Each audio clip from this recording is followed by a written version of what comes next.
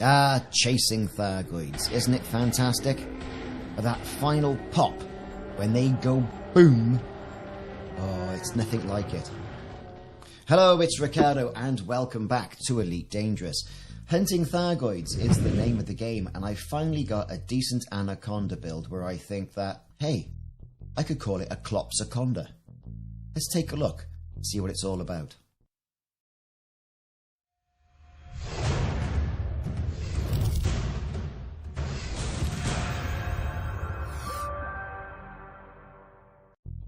Yes, folks, a Clops-a-conda build. A Cyclops killer. That's what it is. Decimators of Cyclops. So I thought I'd get myself over to a friendly neighbourhood Thargoid AX combat zone to try it out. It wasn't long before I was interdicted. So I thought, he's going to have a bit of this. Got my heat sinks, got my caustic sinks there just in case, and there is a good old Cyclops. I'm not even going to bother to scan this death flower of choice. He's turned round, he's picked a fight with me. Let's have at it. There go the beam lasers. I've got a full magazine of the shard cannons. There you go. Boom. One clip. Deader. As easy as that. I say as easy as that. He's dead. And then it's just a case of dealing with whatever that Thargoid swarm's going to do in its death throes and picking up some of the materials before reinforcements turn up. All well and good, and for these sort of interdictions, you can really give them a good pasting. That's the Cyclops, right? No problem at all. Some of the harder interceptors, you're going to be in for a bit of a fight, especially with this sort of build. It's not going to be an easy one clipper. So here it is, the shiny gold Clops-a-conda. So, no surprise here. 2A Guardian Shard Cannons, right? Long range.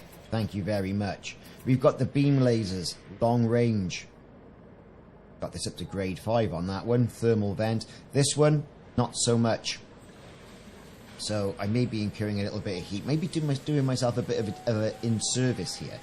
A misjustice. Because obviously that's not got the range that this one has. But hey, you know, have to see how that goes. I might take that one off and put something a bit fruity in there. I was toying with the fact of having the frag cannon in here on a slot 1 with it engineered up to double shot and corrosive, and I was running that build for quite some time. However, it wasn't quite doing it for me. Everywhere else I've seen, I thought, well, we'll try it with 2 beam lasers. Let's see how it goes.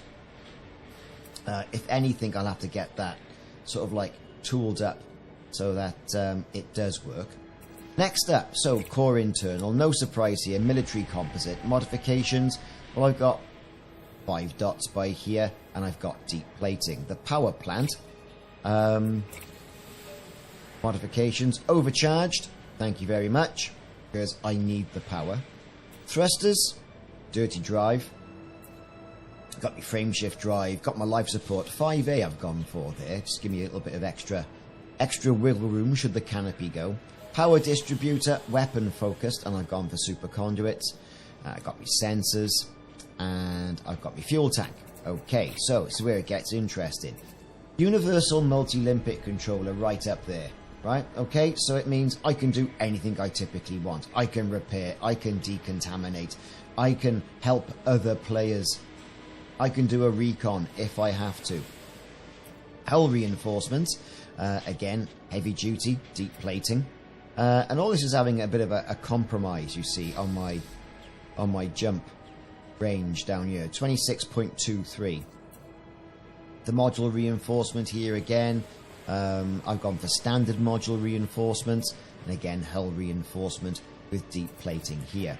Now, reading the forums, Guardian module reinforcement package with the caustic effect of the Proteus wave and what we're finding inside the maelstroms, these don't degrade as much, and they do give you some caustic resistance. That each one gives you 5% caustic resistance, so caustic resistance is good, yes. I've got a cargo rack right by there. You know, it's a class 5, it's nothing fruity, it's just a class 5. Okay, I did toy with the fact of having, if I'm going to pick anything up, well, I've got 2 tons of anti-corrosion capacity right there. Again, hull reinforcements, standard module reinforcement, but I have got that Guardian module there. That there, right, is just gonna, that's just gonna evaporate. All right, so I need to get that swapped out, replace that module for something a bit better. A standard hull reinforcement there. Thank you very much. Got my module reinforcement, and I can go ahead now and do a little bit of engineering on that. There it is. Generate that mod. Just to give myself a little bit of extra armor.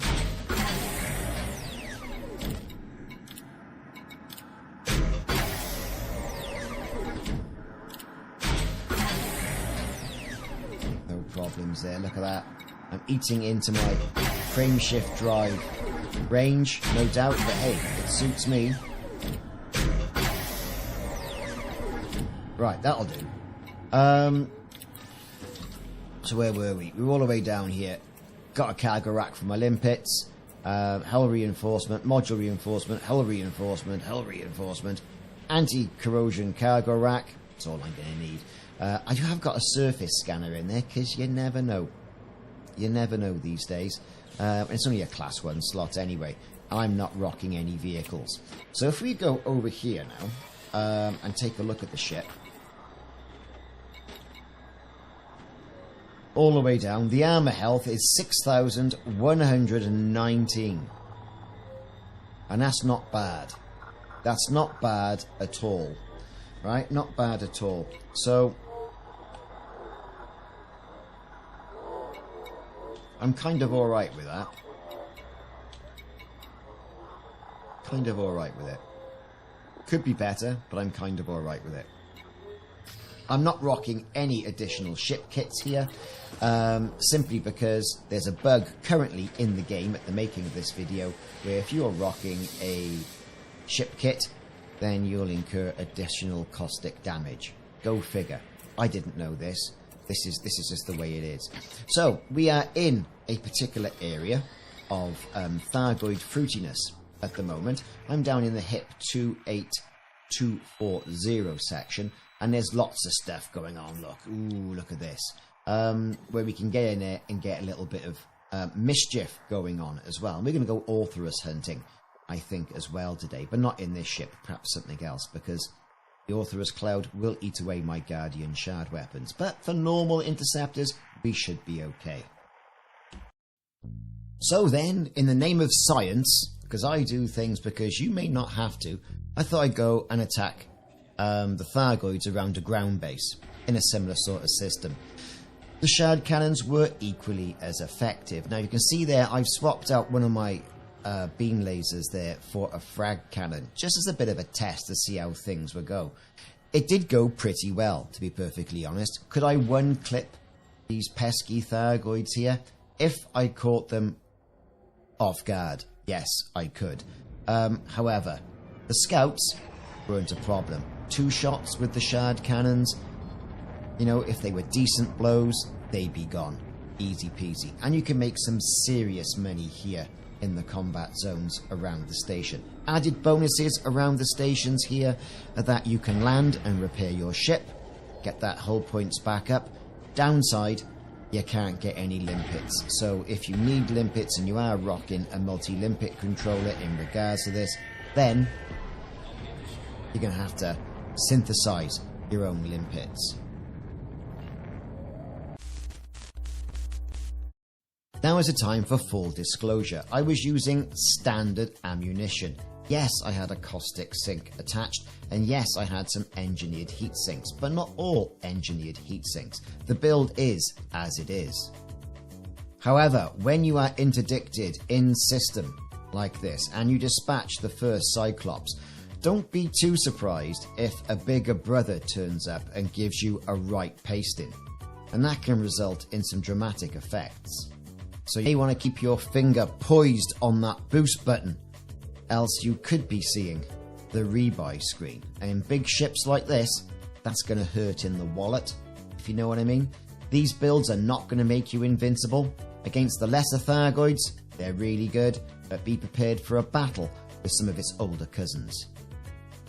Anyway, I've been Ricardo, and this has been my truthful build and experience with the Clops-a-conda build and the 6 modified shard cannons. There will be some of you out there saying, hey, I have no idea what you're talking about. I claps the Clops all day, and that's fine. If I'm missing something, please let me know in the comments. But be kind, because we're all friends here. Thanks very much for watching. Like and subscribe if you haven't already done so, and check out for more videos in this series.